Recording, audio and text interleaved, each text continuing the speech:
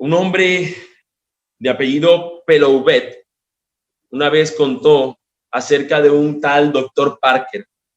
El doctor Parker era joven y un infiel le preguntó, ¿qué hizo Dios por Esteban?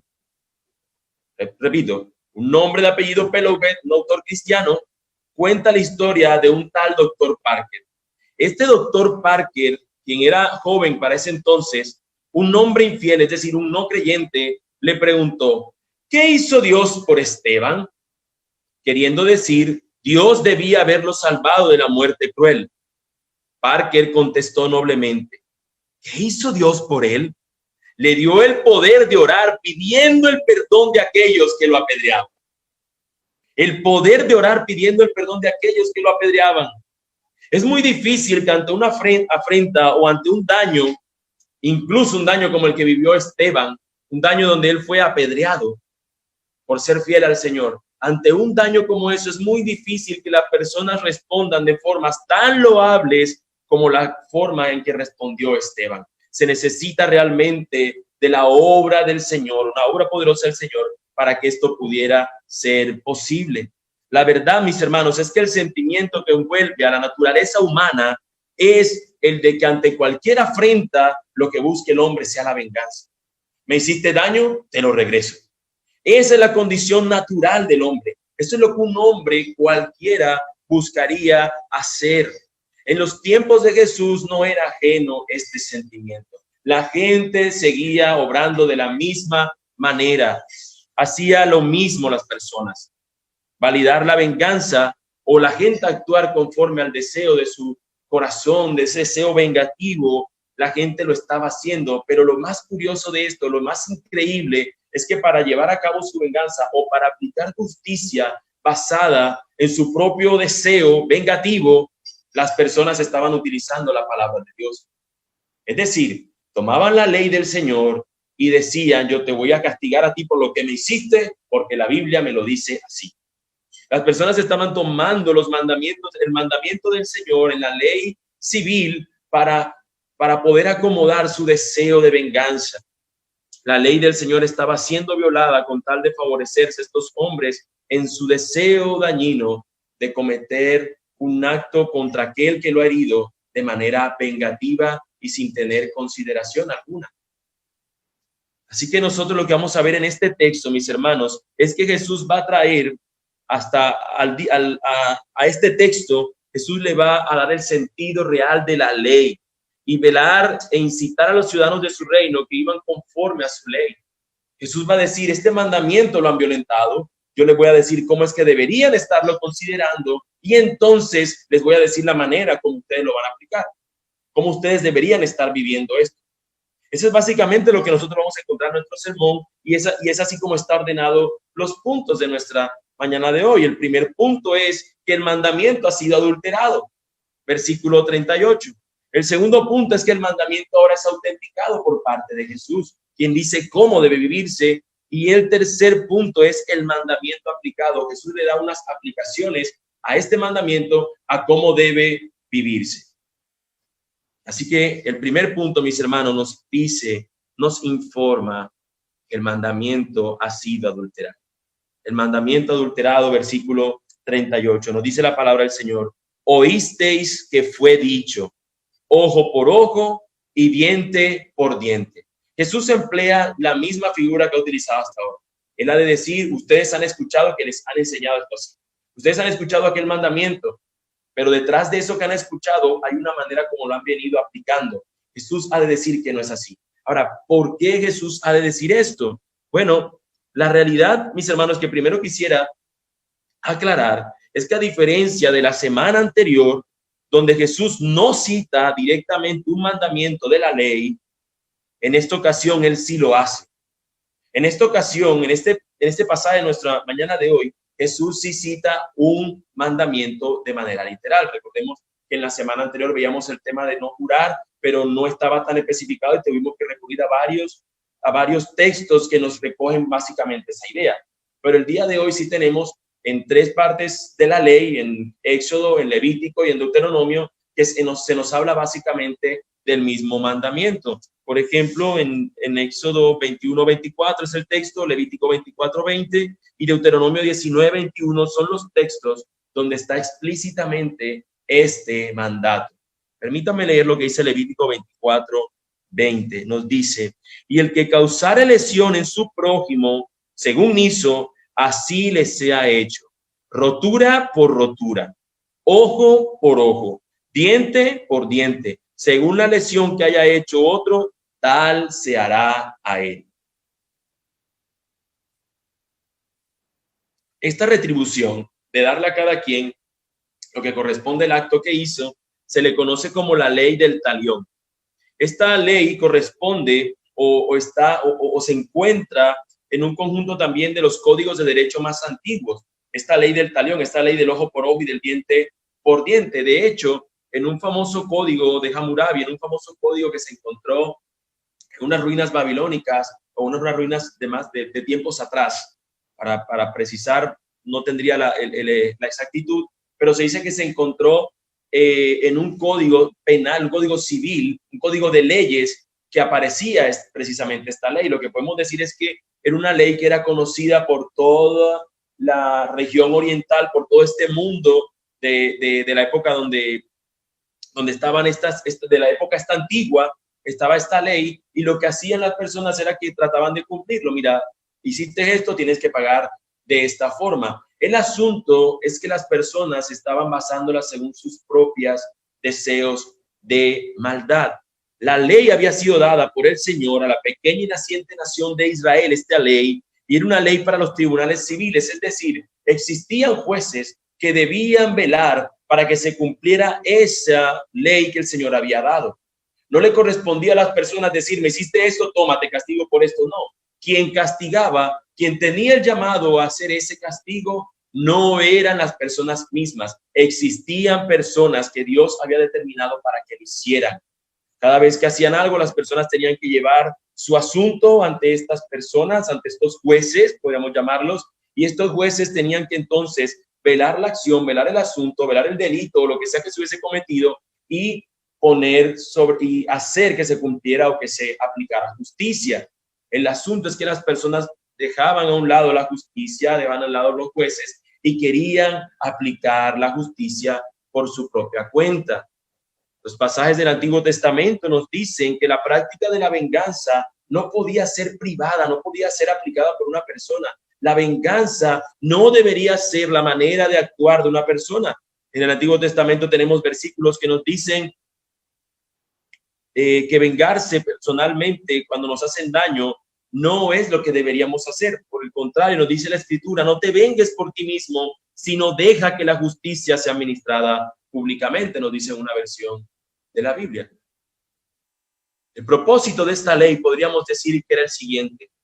Por un lado, buscaba frenar la delincuencia, protegiendo a las personas y castigando a los delincuentes. Buscaba que fuera frenada la delincuencia, buscaba que fuera frenada el hacerle daño a otro. ¿De qué manera? Protegía al individuo que había sido ofendido, pero también castigaba al ofensor. Así que de esa manera tenía este propósito de esta ley, pero también podríamos decir que un segundo propósito era evitar que la gente pudiera hacer justicia por su propia cuenta, basándose precisamente en un ajuste de cuentas o en una venganza personal. La gente decía, ojo por ojo, bueno, me hiciste esto, toma.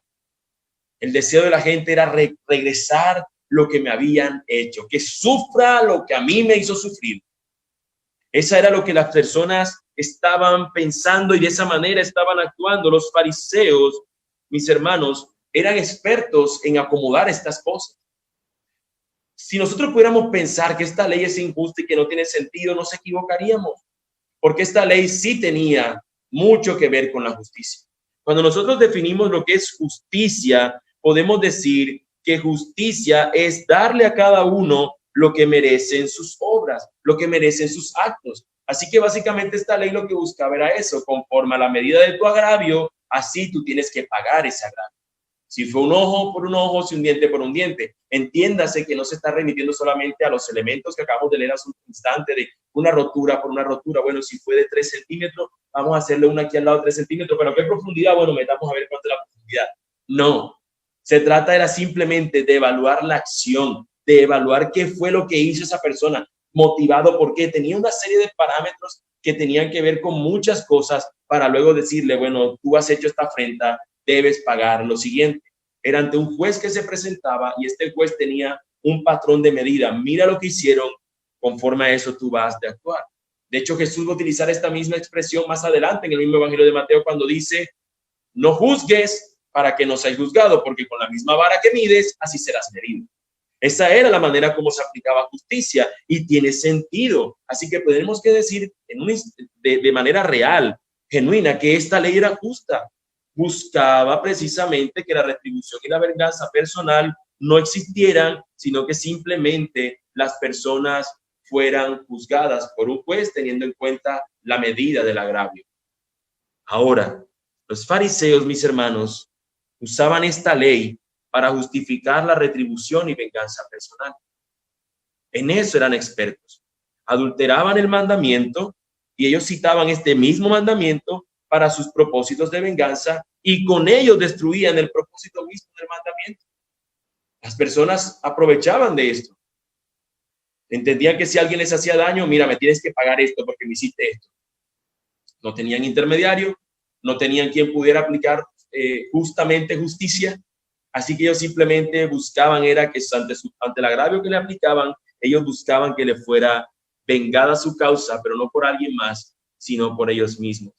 Con eso ignoraban, mis hermanos, que aún el mismo Antiguo Testamento en repetidas ocasiones prohíbe la venganza personal. No solamente es que no la recomiende, la prohíbe, dice la palabra del Señor. No te vengarás ni guardarás rencor a los hijos de tu pueblo, sino amarás a tu prójimo como a ti mismo. Yo, Jehová, ahí lo firma el Señor. Yo, Jehová. Levítico 19:18. No oigas, yo me vengaré, no digas, yo me vengaré. Espera a Jehová y él te salvará. Proverbios 20:22. Tenemos también en Proverbios, pero ahora el 24:29 que nos dice, no digas, como me hizo, así le haré. Daré el pago al hombre según su obra. No lo digas tú, yo voy a hacerlo, ahora le voy a castigar por lo que me hizo. No. El Señor en estos tiempos había dado su ley y había determinado de qué manera debía aplicarse. Había unos jueces que tenían que velar que la ley civil fuera aplicada, fuera justamente aplicada. Hoy nosotros, porque el Señor así lo ha dado, tenemos a un Estado, un gobierno, los gobernantes que rigen estas cosas y deberíamos nosotros confiar y descansar en ello. Y ya lo veremos, cómo debería ser la actitud del ciudadano del reino ante la afrenta. Aquí lo que nos está diciendo es que nosotros no deberíamos buscar esa venganza personal. Y yo quisiera preguntar, hermano, ¿acaso no existe en nosotros ese deseo de venganza cuando nos hacen un agravio? ¿Acaso no existe y no se despierta en nosotros un deseo de querer vengarnos por lo que no han hecho? ¿Acaso tú no eres de lo que se molesta cuando están en la fila de un supermercado o estás en la fila de un banco o en la fila en tu carro esperando tranquilamente el verde y se te cuela alguno? ¿Acaso no te enojas? ¿Acaso no has pensado alguna vez por qué no viene un policía y lo para? ¿Acaso no has pensado y dicho, hey, detente? ¿Por qué permiten que este pase? Y sí, nos sentimos vulnerados de nuestros derechos. Pero ciertamente muchas veces lo que nos motiva no es el querer aplicar justamente el derecho, sino que lo que nos motiva es el deseo de venganza. ¿Cómo es posible que me haya ultrajado y se vaya a salir con la suya? Eso es lo que motiva y es aquí a lo que Cristo está apuntándole, a ese deseo del corazón del hombre de querer siempre buscar la venganza personal. Yo quiero que la pregunta continúe, mi hermano. ¿Acaso no luchamos nosotros contra ese sentimiento en nuestro corazón ante la afrenta recibida? ¿Qué deberíamos hacer cuando este deseo, este sentimiento invade nuestro corazón? Bueno, lo que he dicho, mis hermanos, es que la venganza no es una opción. Cuando nos invade ese deseo de retribuir conforme a lo que nos han hecho y queremos vengarnos, la venganza, mi hermano, no es una opción. Deberíamos entonces atender a lo que Jesús nos indica como la manera en que los ciudadanos de su reino deberían cumplir este mandato. Y he allí entonces, mi hermano, mis hermanos, nuestro segundo punto, el mandamiento autenticado. Versículo 39, la parte inicial nos dice, pero yo os digo, no resistáis al que es malo. Los demás dicen, ojo por ojo, diente por diente, te hicieron algo, toma, te hicieron algo, devuélvelo. Como aquel padre que le enseña a su hijo, si le pegan, péguelo, no sea bobo. Así parecería que era la enseñanza de estos fariseos discípulos. No se deje, usted véngase, usted cóbreselas. Y aquí encontramos a Jesús diciendo, yo te digo, no resistáis al que es malo. Y ¡pum! Sentimos como si fuese que nos diéramos un golpe de frente contra un muro. Porque en nuestro corazón, cuando nos hacen algo, mi hermano, no tienes que mentirte a ti mismo. Cuando te hacen algo, tu deseo no es decir, me resisto. El deseo nuestro es decir, ¿cómo me desquito de lo que me hicieron? Y aquí está Jesús diciéndonos algo que afecta notablemente y considerablemente nuestro pensamiento. Y evidentemente debe responderse en la manera como vamos a actuar. Así que vamos a considerar con sumo cuidado qué quiere decirnos Cristo cuando dice que Él nos dice, no resistáis al que es malo. Una lectura rápida de esta respuesta de Jesús ante el incumplimiento del mandamiento podría hacernos pensar que ante ninguna circunstancia un cristiano debería buscar que se le haga justicia frente al malvado que lo agredió. Parecería que eso es lo que está diciendo Cristo. No pelees por tus derechos, ríndete y que te hagan el daño que quieres. Parecería en una lectura inicial. De hecho, un hombre célebre, un filósofo célebre pensó así. El filósofo ruso León Tolstoy pensó, según su punto de vista, él pensó que no debían haber soldados, policías o jueces porque estos resistían a los malos. Deja a los malos, ellos son malos. Tú, en cambio, mantente en tu estado. Ellos nunca van a dejar de ser malos, no necesitamos una fuerza pública que lo contenga. Y eso no es lo que está diciéndonos el texto. No nos está diciendo que ante el mal nosotros lo veamos como que, bueno, no pasa nada, háganme lo que quieran. No nos está diciendo eso. No nos está diciendo eso el texto. Vamos con cuidado a ver qué sí nos está diciendo. No es un tipo de sociedad sin justicia a la que Jesús se está refiriendo. Por el contrario, lo que él está cuestionando es el deseo de las personas de aplicar dicha justicia por su propia cuenta, lo cual no es otra cosa sino venganza.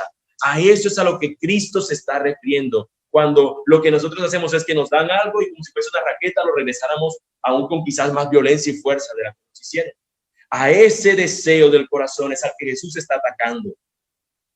A que nosotros no buscamos una justicia de ir, me han hecho este daño, como busco el elemento que Dios ha dado para que me dé o me aplique justicia, sino que yo busco la manera de que ahora me la desquito. Esto no se queda así. Yo esto no lo puedo permitir. Mis hermanos, a eso es lo que Jesús está hablando. No resistáis al que es malo. La primera pregunta que deberíamos hacernos es, ¿quiénes son esos malos? ¿A quiénes se refiere Jesús como malos? Bueno, ¿cómo se está haciendo hincapié este versículo? A Satanás. No es como malo, se está refiriendo a Satanás. ¿Por qué podemos decir eso? Porque de hecho en la Escritura vamos a encontrar que nos dice el Señor en su palabra, someteos a Dios, resistid al diablo. Así que no puede decirnos el Señor contradecirse, decirnos acá que el malo al que se está refiriendo sea Satanás. No resistas a Satanás, no, porque él tenemos que hacerle resistencia. Acá nos está hablando de otros malos. ¿Quiénes son esos malos? Bueno, tampoco estos malos se refiere al mal en abstracto, es decir, las fuerzas del mal, o el mal en un sentido general de decir todo aquello malo que hay en el mundo. No está hablando tampoco de eso. Está hablando simple y llanamente a las personas que son malas. Por ejemplo, ¿tú qué dirías de un esposo que le es infiel a su esposa? ¿Él está siendo bueno o está siendo malo con ella? Está siendo mal. Es un malo en ese sentido. Son personas que de una u otra manera obran y le hacen mal a su prójimo. Cuando alguien te haga algo malo, esos son los malos al que el Señor se está refiriendo. Todo aquel que te hace algo que es malo. Todo aquel que hace algo que es malo, a ese no deberías resistirle. Cabe destacar que Jesús no está negando que esa persona sea mala. No nos pide que pretendamos y que viramos. Él no es así. Sí es así. Jesús está diciendo es malo. Es malo. No lo adorne diciéndole de otra manera a lo que Jesús le está diciendo. el que actúa mal es alguien que es malo. Está actuando con maldad en su corazón. Eso es lo que nos está diciendo el texto. No lo adornemos cambiándolo. Ahora, lo que nos dice el texto es que nosotros no deberíamos tampoco decir, ay, no condenemos su mala conducta, todos nos equivocamos. Sí, y por eso se llama pecado. Y hay que llamar a las cosas como son. Lo que nos está diciendo el texto, y es lo que menos nosotros hacemos, es que no deberíamos tomar represalias contra esas personas. Y eso, mis hermanos, no es fácil. No es fácil. ¿Te imaginas esta sociedad recibiendo ese sermón de Cristo en ese monte? Cuando de repente esperan en este Cristo, este Mesías liberador, que venga a acabar con los enemigos, y el Señor les dice a sus enemigos, ámenlos. Eso es chocante. Ese es un muro de contención, un muro firme con el que se estrella una persona y es sacudida. El panorama cambia, se torna ahora un poco más amplio. Jesús ahora ha de cambiar todo este asunto. Al decirnos básicamente, en esto que Cristo ha dicho, básicamente lo que nos está diciendo es, ama a vuestros enemigos, amen a sus enemigos, como lo dirá más adelante. De hecho, en nuestro siguiente sermón de la semana entrante será que donde veremos esa expresión de una manera más amplia, explicada. Jesús está condenando el espíritu de falta de amor, de odio, de deseo de venganza. Está diciendo, no resistáis al malo con medidas que surgen de una disposición de falta de amor, de odio y de rencor. Jesús está haciendo énfasis en la base en la que se fundamenta la justicia en su reino. La justicia en mi reino se fundamenta en el perdón. A diferencia de la del mundo, que se fundamenta en la venganza, lo que se fundamenta, la justicia en el reino de los cielos y para los ciudadanos del reino, se basa en el perdón. Por más que yo busque que mi agravio sea la ley, dándole justicia a la falta que me han hecho, en medio de todo lo que debería estar en el corazón del creyente debería ser el perdón. Y si el Señor así lo permite, la reconciliación. Eso es algo que es contracultura. La cultura no piensa normalmente así. Básicamente lo que esto significa, mis hermanos, es lo que nosotros tenemos en Romanos 12, 17 al 21. Y permítanme leerlo.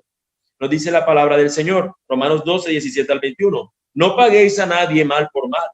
Procurad lo bueno delante de todos los hombres. Si es posible, en cuanto dependa de vosotros, estad en paz con todos los hombres. No os venguéis vosotros mismos, amados míos, sino dejad lugar a la ira de Dios, porque escrito está, mía es la venganza, yo pagaré, dice el Señor. Así que si tu enemigo tuviere hambre, dale de comer. Si tuviere sed, dale de beber, pues haciendo esto, ascuas de fuego amontonarás sobre su cabeza. No seas vencido de lo malo, sino vence con el bien el mal. Jesús cambia todo, mis hermanos. El evangelio lo cambia todo. Nosotros en nuestro impulso, en nuestra carne, es responder conforme nos han hecho algo. Y Jesús viene por su poder, por su evangelio, que es el poder de Dios para salvar, para hacer de nosotros una nueva creación, y nos muestra la manera como deberían estar viviendo los ciudadanos de su reino. Ah, fulano no me saludó, yo no lo saludo. Ah, me volteó la cara, yo se la volteo 3 veces. Ángel Miranda, mi nombre merece respeto. Así yo escucho incluso a cristianos decir las cosas. Ponen su nombre como su nombre fuera el más honorable del mundo y que ese nombre no puede ser tocado cuando el nombre que sobre todo nombre estuvo dispuesto a ser humillado, a ser crucificado y no le importó cómo fuese tratado con tal de perdonar. Y nosotros, mis hermanos, siempre colocamos nuestro nombre y nuestro apellido como el más glorioso de todos. Eso no significa que estemos por el mundo, péguenme, péguenme, no. Es que si llega a haber una afrenta, yo tengo una manera, una respuesta que el Señor me ha dado para que yo dé esa respuesta basada en el perdón. Eso es lo que encontramos. ¿Cómo podríamos nosotros llevar a cabo esta demanda de Jesús y que la encontramos en toda la Escritura? Bueno, Jesús va a colocar unos ejemplos de cómo deben lucir estas cosas y yo creo que es necesario que pongamos atención a cada uno de ellos porque están en unos escenarios distintos y tienen connotaciones diferentes cada uno de ellos, pero siempre busca la base del amor, del perdón y del deseo por no aplicar venganza al prójimo. Y aquí tenemos entonces nuestro tercer punto, el mandamiento aplicado. Versículos 39b, o sea, la parte segunda del 39 hacia el versículo 42. Jesús, mis hermanos, ha de utilizar 4 ilustraciones de la vida cotidiana de sus discípulos, las circunstancias comunes de los discípulos, las circunstancias de opresión, para enfatizar cómo pueden servir a quienes les ofenden. Cómo estas personas pueden perdonar aún a aquellos que los ofenden. ¿Cómo luciría lo que Jesús acaba de decir? Esto de no resistir a aquel que es malo. Básicamente, como diría un autor, Jesús les está diciendo a cada uno de sus discípulos, a cada uno de los que está escuchando sus palabras, busquen una oportunidad para que el enemigo se convierta a la verdad del reino de Dios. Lo que Jesús está pretendiendo en ellos es algo como eso, que cuando las personas hagan daño por el testimonio de ustedes, por la manera como responden, esas personas se queden, como dice Romanos, ascuas de fuego amontonan sobre su cabeza, no lo pueden creer, se sonrojan de la vergüenza. Eso es lo que nosotros deberíamos buscar causar en aquel que nos hace daño. En vez de herirlos motivados por la venganza, deberíamos buscar alcanzarlos para el Señor, motivados por el perdón que ya Él nos enseñó. La primera de estas aplicaciones, de estas ilustraciones que Jesús emplea, es la que nos dice: antes, a cualquiera que te hiere en la mejilla derecha, vuélvele también la otra. Podemos decir que esta primera ilustración es cuando te hagan una ofensa indignante. Esta ilustración, parece tener lugar en un contexto público. Lo que este ejemplo nos quiere transmitir no es tanto un dolor físico, sino el dolor o el insulto que es considerado cuando alguien abofetea a otro. Tanto en esa cultura como en nuestros tiempos modernos, abofetear a alguien es símbolo de irrespeto total, o representa una terrible ofensa. Además del dolor que eso causa, realmente es una terrible ofensa.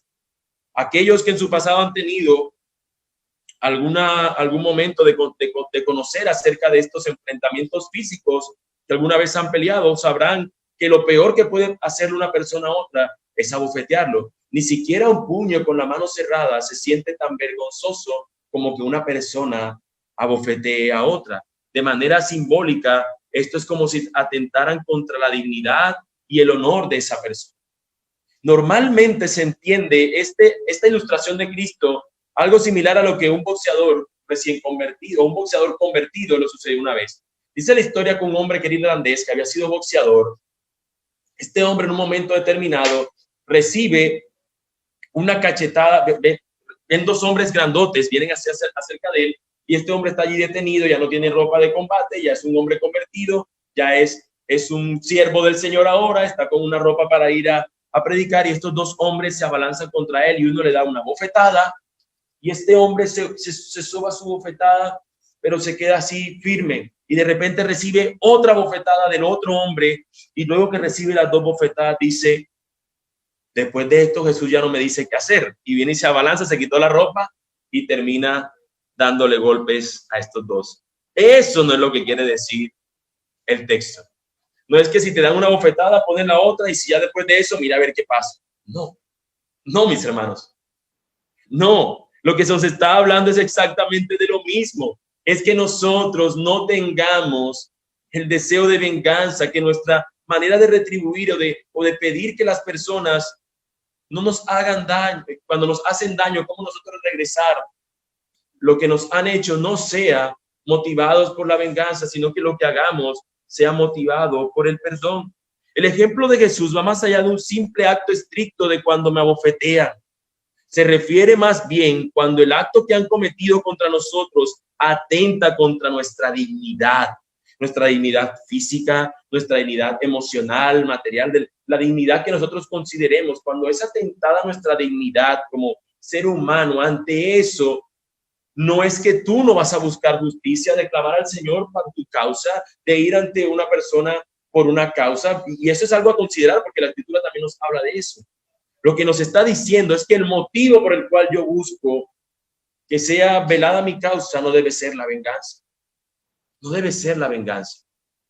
En otras palabras, lo que el Señor nos está diciendo es que el seguidor de Jesús debe estar más dispuesto a recibir otra bofetada antes que a buscar venganza.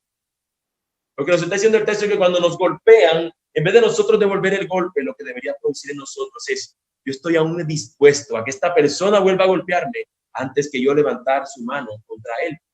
Y esto, mis hermanos, es una demanda que no es sencilla.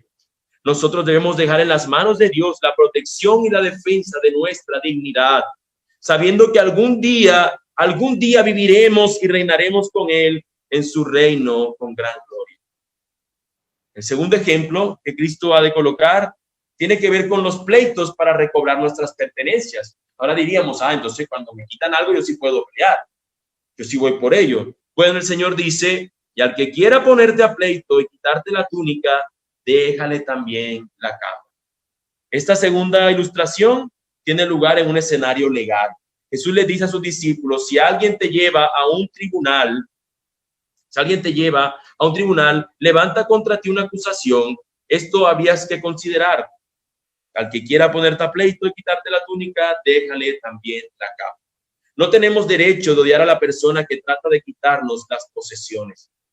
Nuestro corazón debiera llenarse de amor hacia tal persona, y este amor debiera revelarse en nuestras acciones. Mis hermanos, yo sé que esto luce en algunas mentes como si fuera algo irreal, como si fuera algo que eso será nada más Jesús, que yo no podría hacerlo, pero mis hermanos, es como nosotros deberíamos estar considerando esto de no resistir al malo.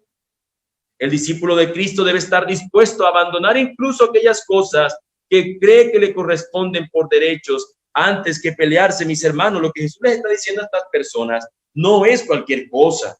En esos tiempos estas personas están reunidos al pie de la montaña recibiendo de esta enseñanza, y Jesús les dice: si alguien se los pone a pleito a ustedes y les quiere quitar la túnica, dale también la capa. Dale también la capa. Mis hermanos, voy a tratar de colocar lo que era la ropa de esta época similar a la ropa de nuestro tiempo. En esos tiempos la persona utilizaba algo como una especie de taparrabo o algo así, que era como su ropa interior. Después de eso tenían como una especie de camisón con mangas, una cosa larga, que era lo que está hablando acá, como en un vestido que iba abajo, que era esa túnica que se colocan ellos. Y encima tenían ellos una capa que se ponían para cubrir todo el resto de la ropa, y luego un cinto y unas sandalias. Esa es la manera como se vestían en esa época. Así que lo que Cristo les está diciendo es como que si a alguien tú le diste la túnica, porque en esos tiempos se podían las personas hacer negocios, y para saber que iban a cumplir le dejaban un artículo de vestir, pertenencia se la dejaban, y esto indicaba, le decía: mira, yo voy a cumplir esto, pero decía la ley que no podía pasar al día siguiente sin que este objeto fuera devuelto, porque normalmente con esta misma capa, con esta misma ropa, ellos se quedaban en la noche para cubrirse. Normalmente la gente no tenía más de una muda de ropa. Así que nosotros encontramos que si alguien te quita tu elemento más básico de vestir, dale todos incluso. Dale todo. Antes de tú pelearte con él, antes de tú estar dispuesto a reclamar y a pelear, prefiere mejor dejar tus derechos a un lado. Y esto, mis hermanos, no es lo que nosotros buscamos continuamente.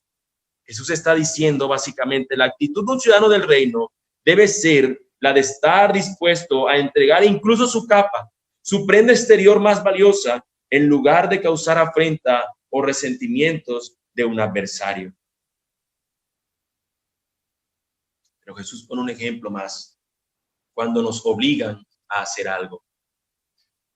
Y a cualquiera que te obligue a llevar carga por 1 milla, ve con él 2. Esta tercera ilustración pudiéramos situarla en un escenario militar.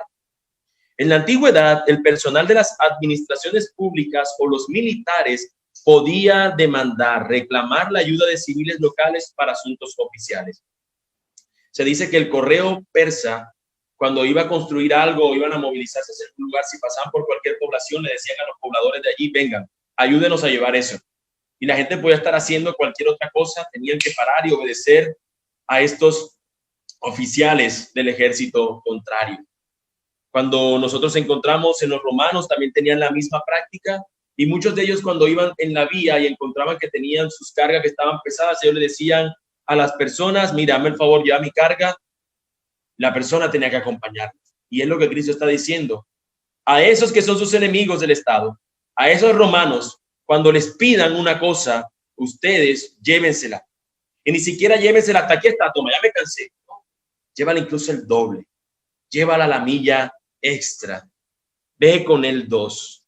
La actitud que Cristo nos está diciendo es que aun cuando nos hagan un daño severo, nuestra actitud debería ser, aun cuando nos obliguen a hacer algo, deberíamos no solamente no hacerlo de mala gana, sino estar dispuestos a hacer aún más de lo que se nos pide.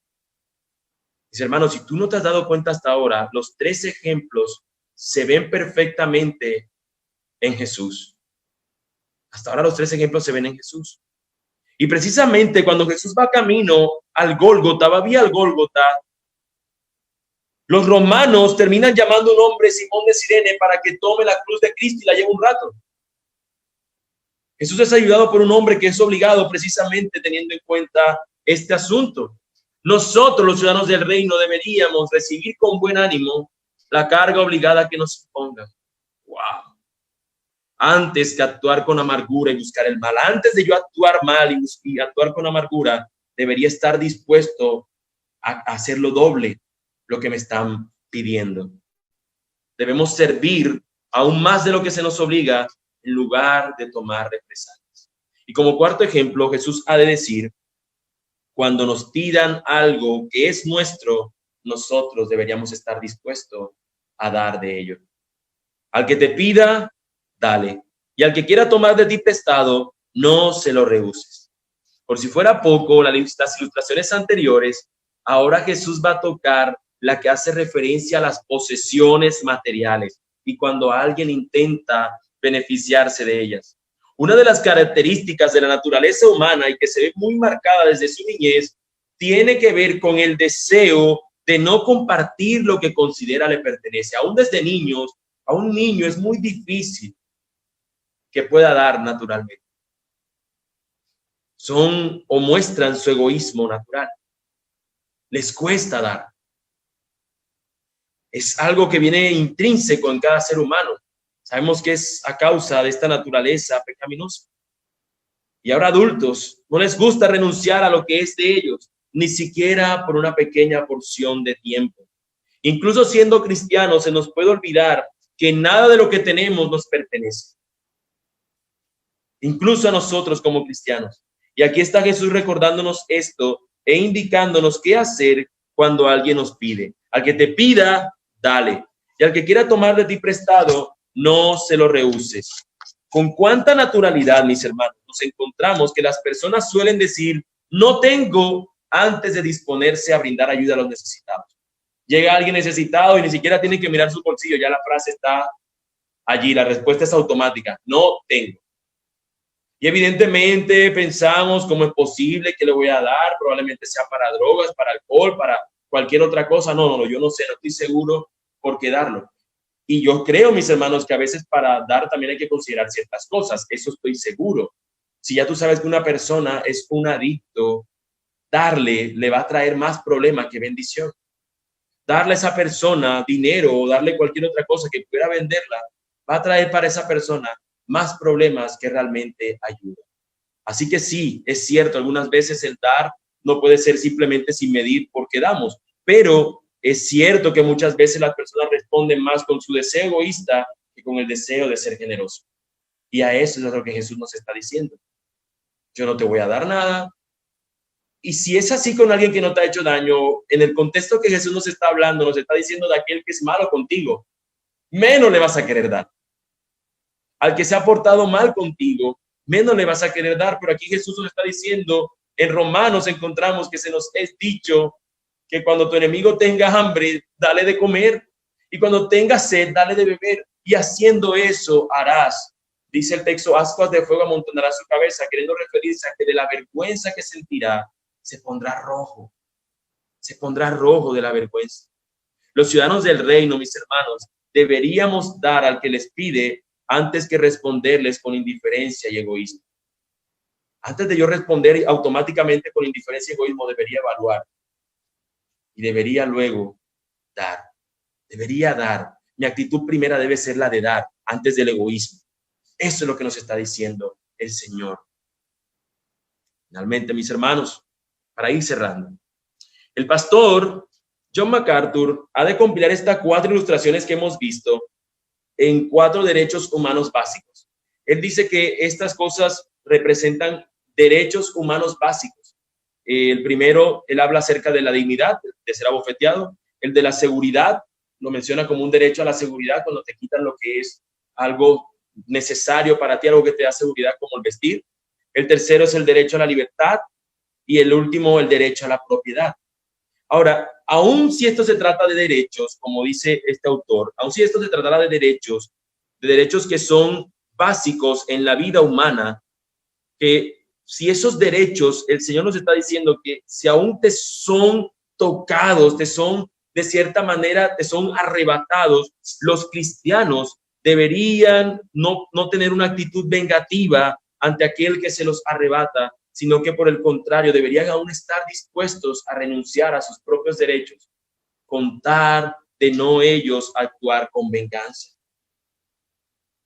En la Biblia, mis hermanos, nosotros tenemos muchos ejemplos de personas quienes estuvieron dispuestos a renunciar a sus derechos antes que a vengarse. Y por cierto, tú y yo, en más de una ocasión, hemos visto estos ejemplos y los hemos aplaudido. Pero ¿qué tal si este ejemplo, si esta situación te pasaría a ti? ¿Qué tal si de los 4 ejemplos que coloca Cristo fuera el caso nuestro? A veces tendemos a aplaudir más lo que otros pudieran hacer, pero no vemos que nosotros somos llamados también a hacer lo mismo. Por ejemplo, tenemos a José, quien no se vengó de sus hermanos, sino que al contrario los besó y los abrazó. Tenemos a David, quien en 2 ocasiones tuvo al rey Saúl, quien le perseguía, a punto lo tuvo allí de frente para quitarle la vida, y él le perdonó la vida a aquel que buscaba matarle.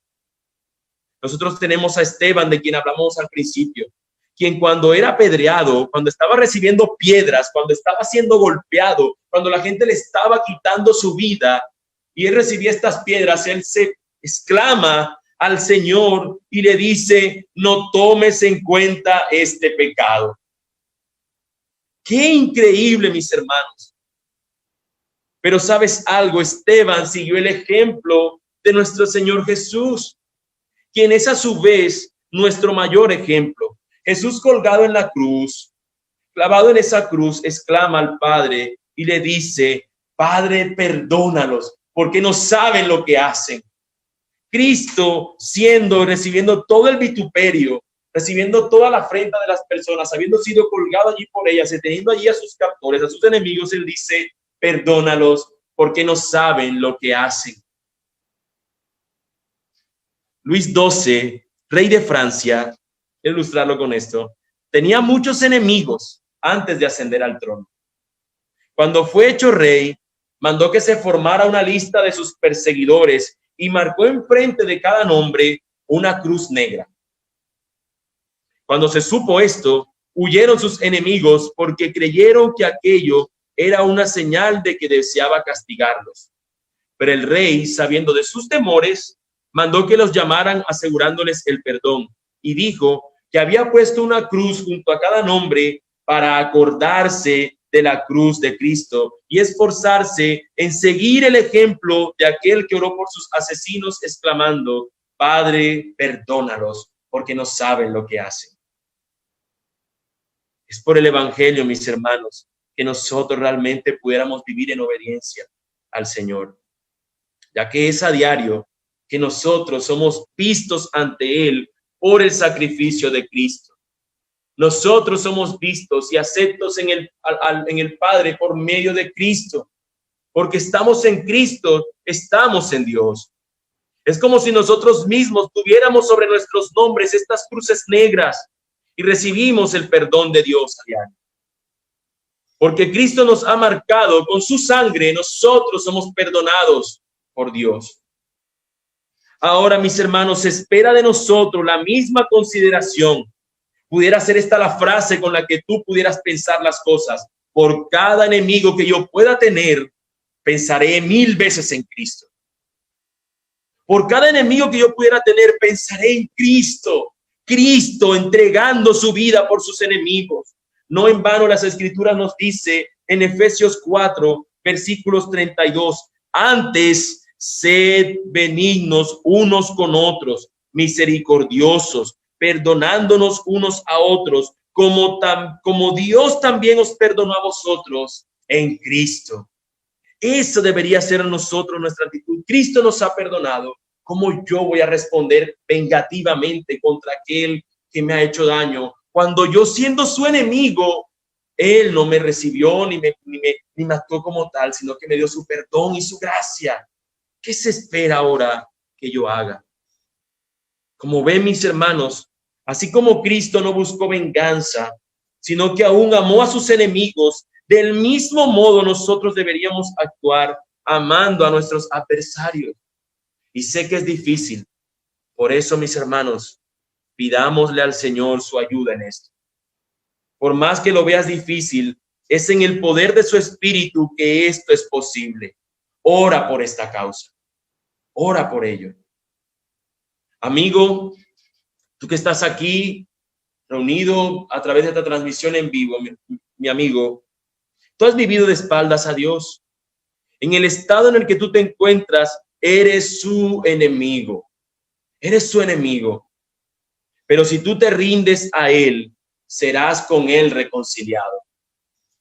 Él te dará su paz y pasarás de ser su enemigo a ser ahora su hijo, adoptado por Él como su hijo. Él será tu padre. Ve a Cristo, mi amigo, arrepentido de tus pecados y creyendo en Él, quien es el Salvador.